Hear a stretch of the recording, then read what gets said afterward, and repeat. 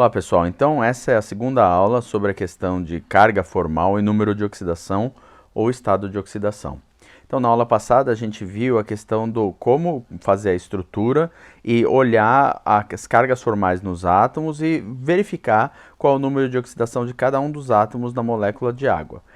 Então, agora a gente vai fazer uma coisa um pouquinho mais sofisticada. A gente vai examinar junto com a molécula de água o HO-, ou ânion hidroxila, e o cátion hidrônio. Então observe que na água a carga formal é obviamente zero, mas no ânion hidroxila a carga formal é -1, é essa carga aqui. E no hidrônio a carga formal é +1, é essa carga aqui.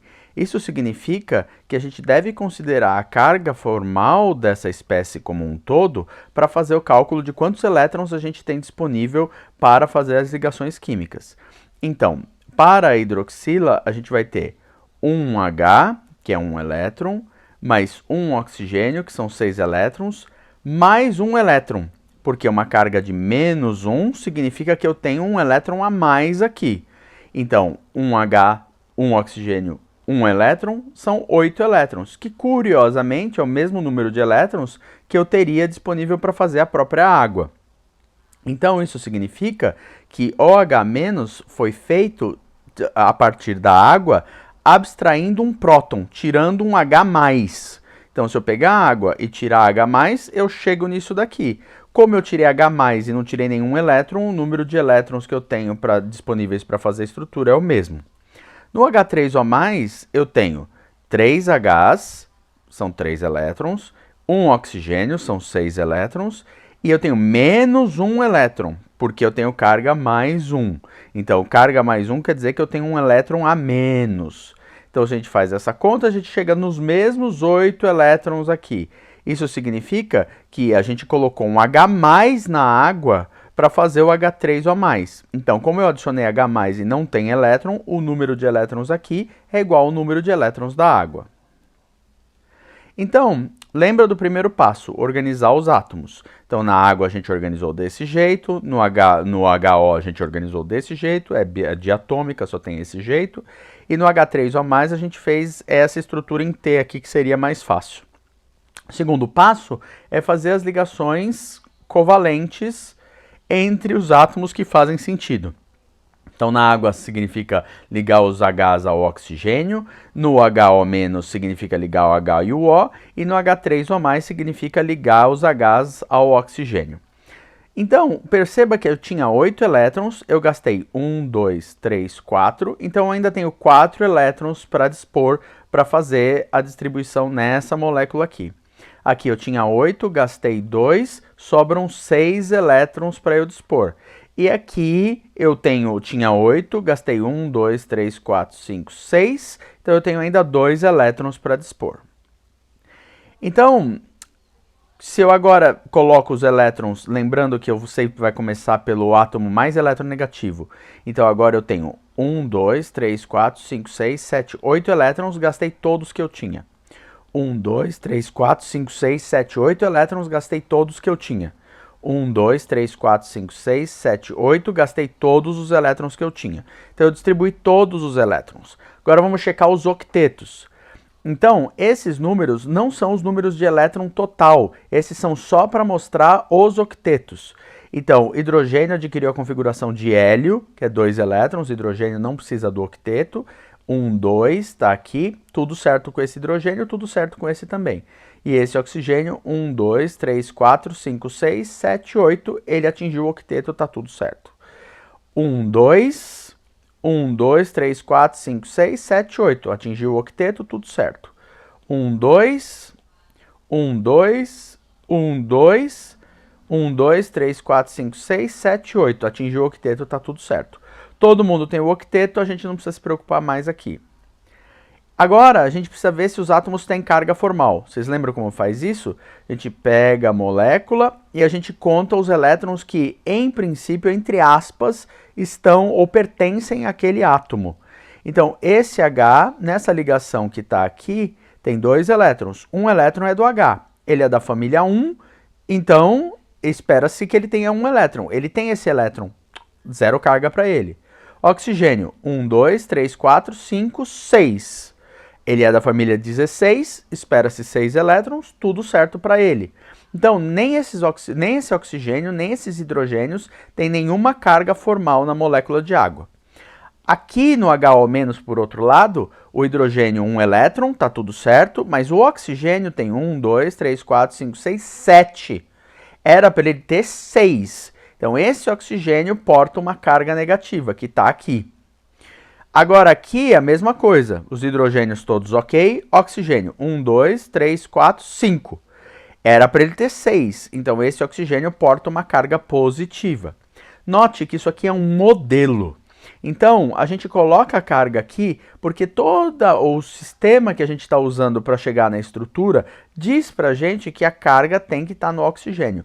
Mas, na verdade, essa carga está distribuída em toda a molécula. Essa carga positiva está distribuída em toda a molécula, porque os átomos estão ligados e, obviamente, quando eles estão ligados, os elétrons estão distribuídos pela molécula como um todo. A gente vai elaborar isso aí um pouquinho mais profundamente daqui a pouquinho. Então, depois que a gente chegou na estrutura, a gente tem as cargas formais e está tudo certo, a gente vê a geometria. Então, a água nós tínhamos visto, é um sistema com A, 2 pares de elétrons e 2 ligantes. Então, ela é angular. Lembra que o oxigênio tem alta densidade negativa, porque ele é mais eletronegativo do que os hidrogênios, e essa parte de baixo aqui, ela fica com densidade positiva, porque essas ligações estão sendo atraídos, os elétrons dessas ligações estão sendo atraídos pelo oxigênio.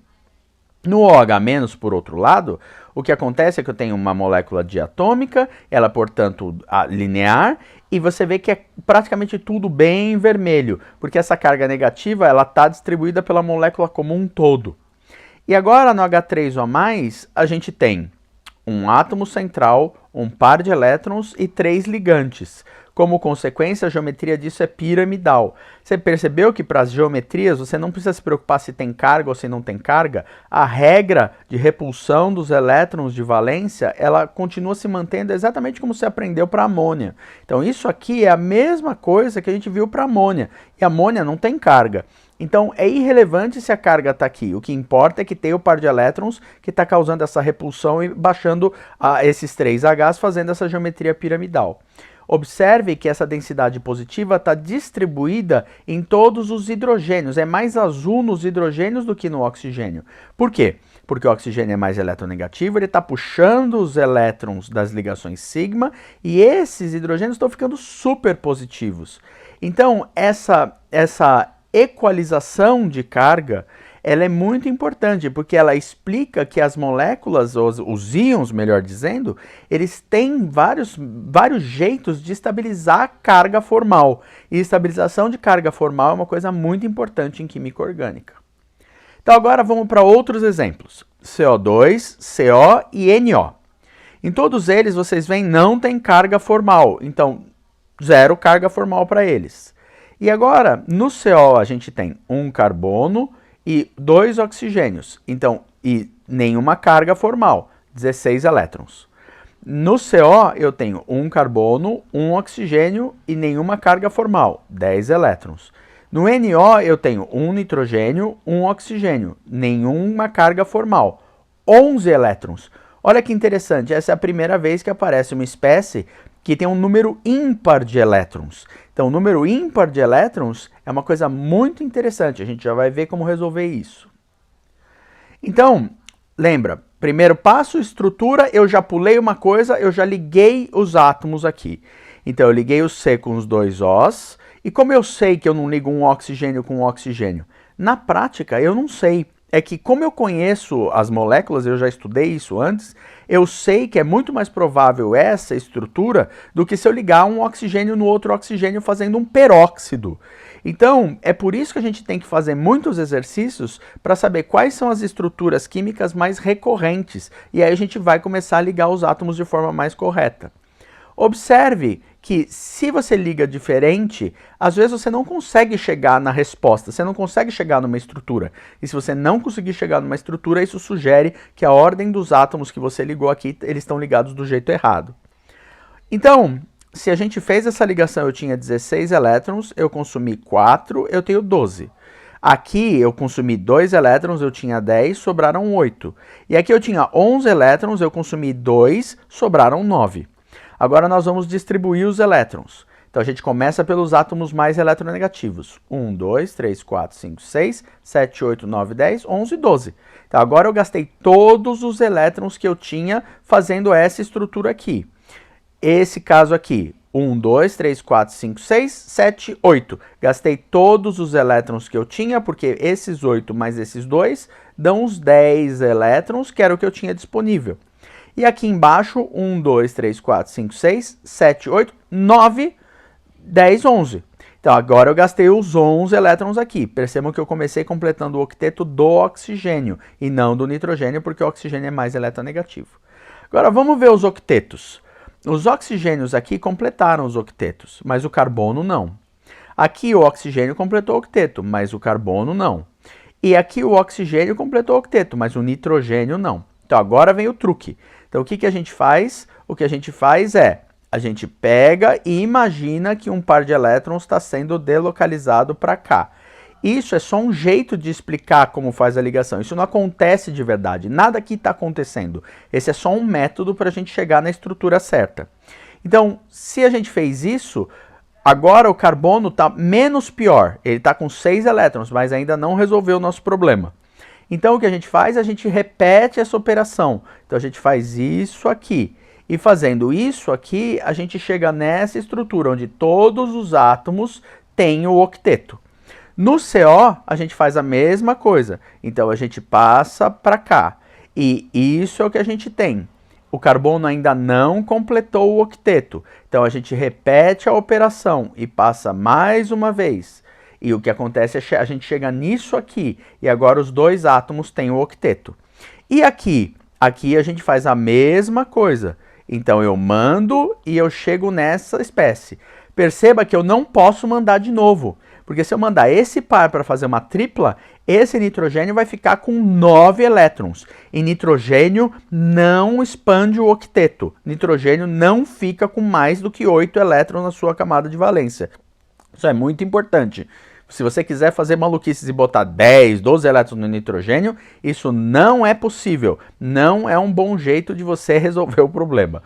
Então, esse nitrogênio, desse jeito, ele está com o octeto incompleto. Mas não tem mais nada, seguindo essa metodologia, que a gente possa fazer para resolver essa estrutura. Então, essa espécie e essa espécie são dois jeitos de desenhar. Note que quando a gente chegou nessa espécie, eu não tinha colocado as cargas ainda no slide anterior. Mas vamos ver as cargas. 1, 2, 3, 4, 5, 6, 7. Eu conto só um da ligação. Esse já é um pouquinho mais rápido do que a gente estava fazendo antes. Então, de novo, 1, 2, 3, 4, 5, 6, 7. Era para ter 6, menos no oxigênio. 1, 2, 3. Era para ter 4 no carbono, mais no carbono. Então, isso aqui e isso aqui, perceba que esse nenhum átomo tem carga. 1, 2, 3, 4, 5, 6. Tá tudo certo. No carbono, 1, 2, 3, 4. Tá tudo certo. Então, essas duas formas são representações possíveis do CO2. Mas essa representação é muito melhor porque todos os átomos têm o octeto.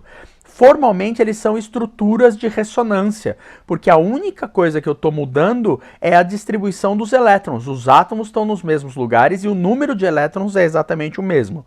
Essa espécie é absolutamente linear, porque tem um átomo central sem elétrons, N, e dois ligantes nesse átomo central. No CO, a gente tem essa forma e essa forma. Observe que essa forma aqui, embora o carbono não completou o octeto, 1, 2, 3, 4, 5, 6 no oxigênio, não tem carga. 1, 2, 3, 4 no carbono, não tem carga.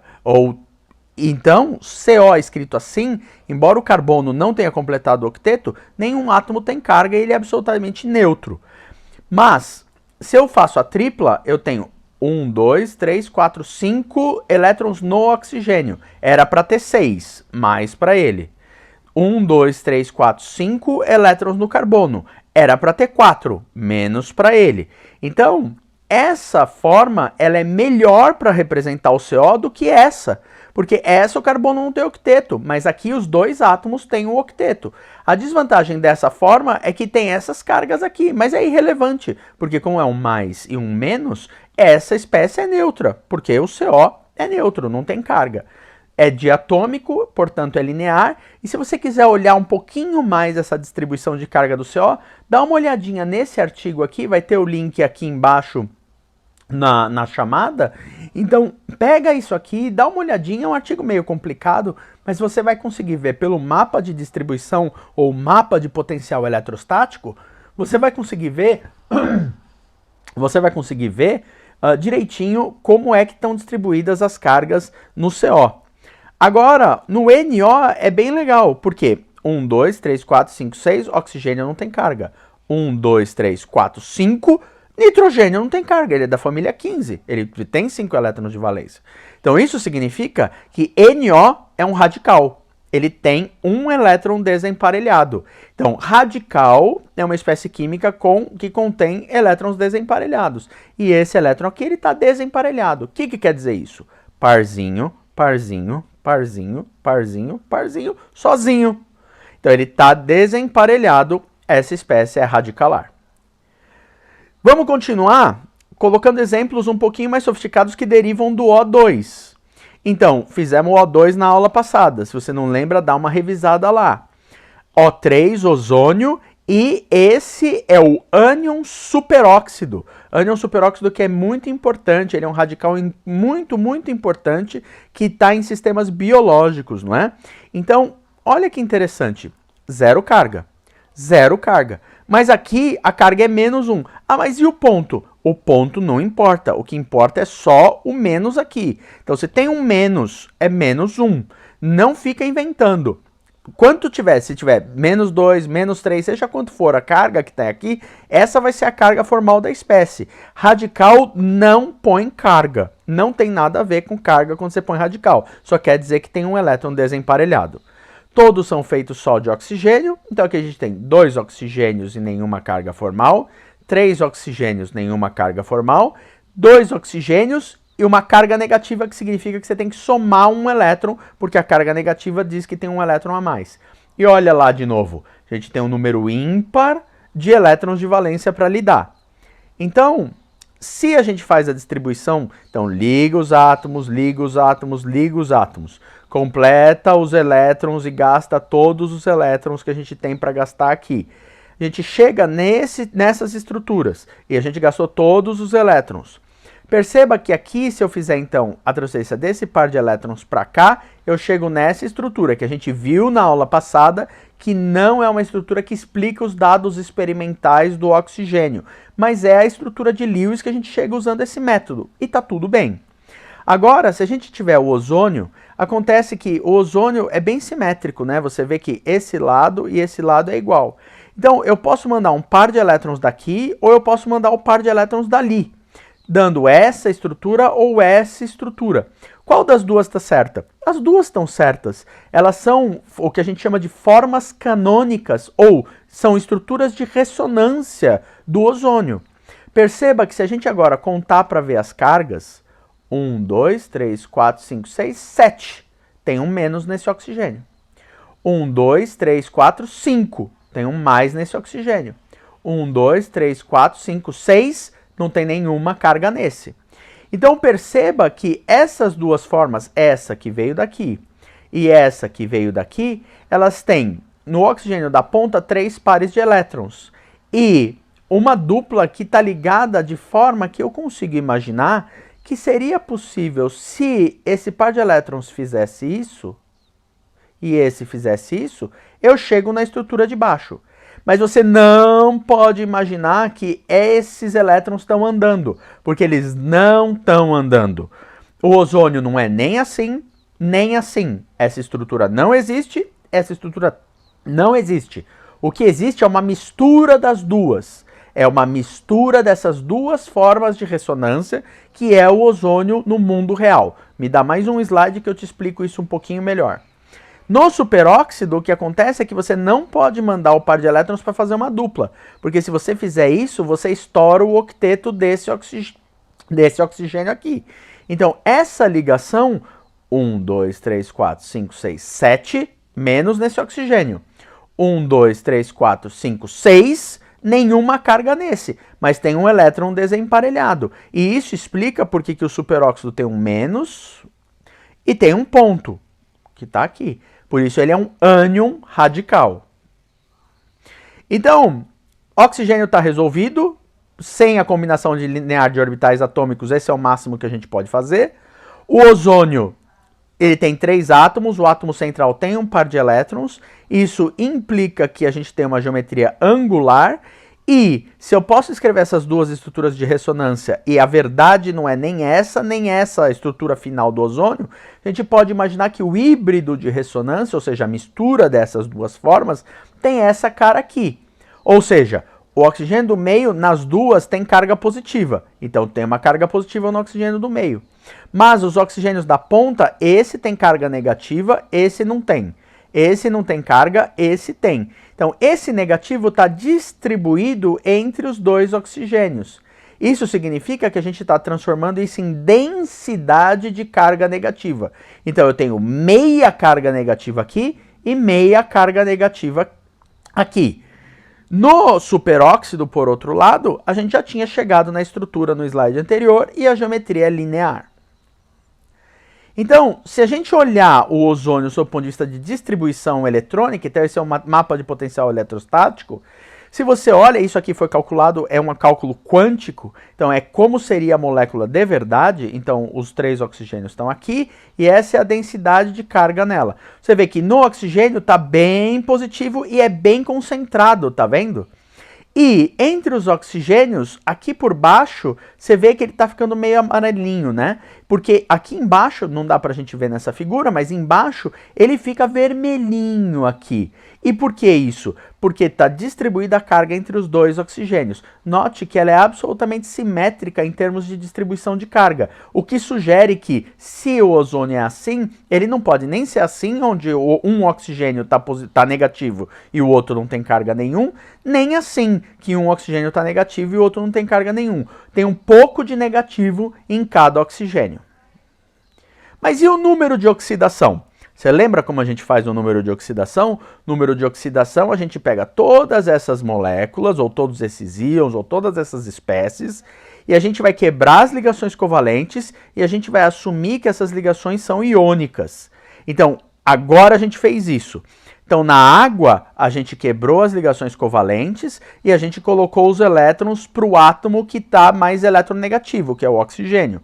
Então, a consequência disso é que, seja lá que carga a gente vê nesse oxigênio, nessa representação, que não é verdade, esse é só um método para descobrir o número de oxidação.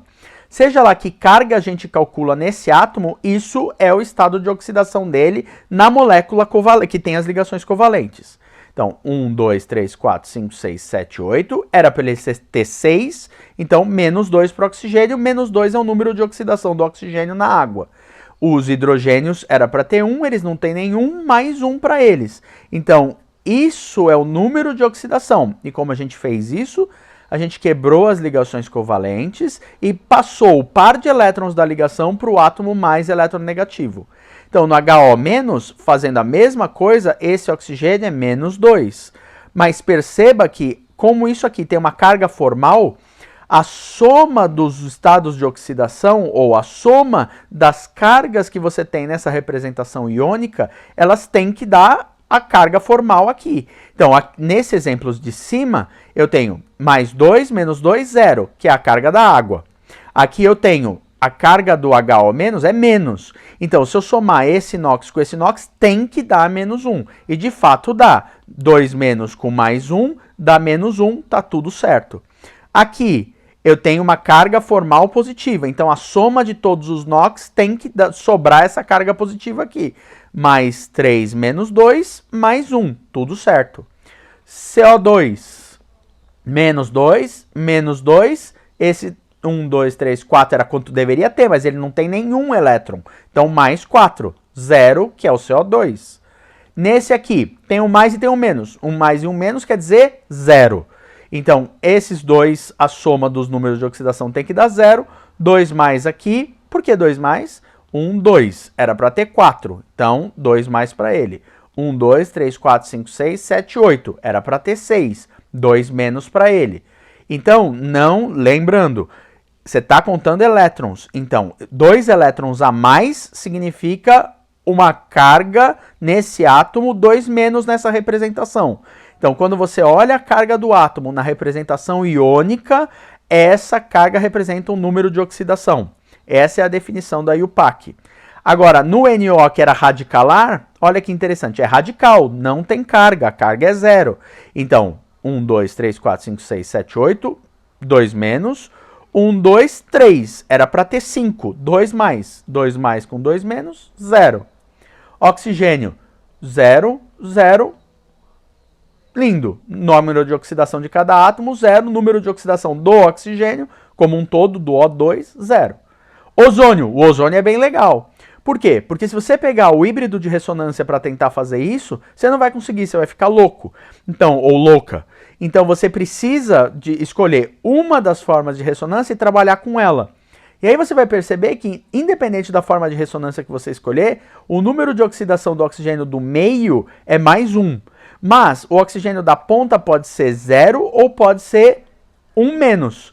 Mas se você somar todo mundo aqui, dá 0. Por quê? Porque o NOx do ozônio, enquanto molécula, é 0. O número de oxidação, o estado de oxidação do ozônio, 0. Mas os átomos independentes têm esses números de oxidação 0, mais 1 e menos 1. E agora no superóxido, se a gente olha, tem uma carga negativa final aqui. Então, 1, 2, 3, 4, 5, 6, NOx 0 aqui. 1, 2, 3, 4, 5, 6, 7, NOx menos 1 aqui. Então, é importante perceber que, fazendo toda essa sequência, usando esses métodos que a gente aprendeu, você consegue resolver qualquer estrutura, saber a geometria e saber o número de oxidação dos átomos. Isso é a base para a gente começar a investigar a reatividade.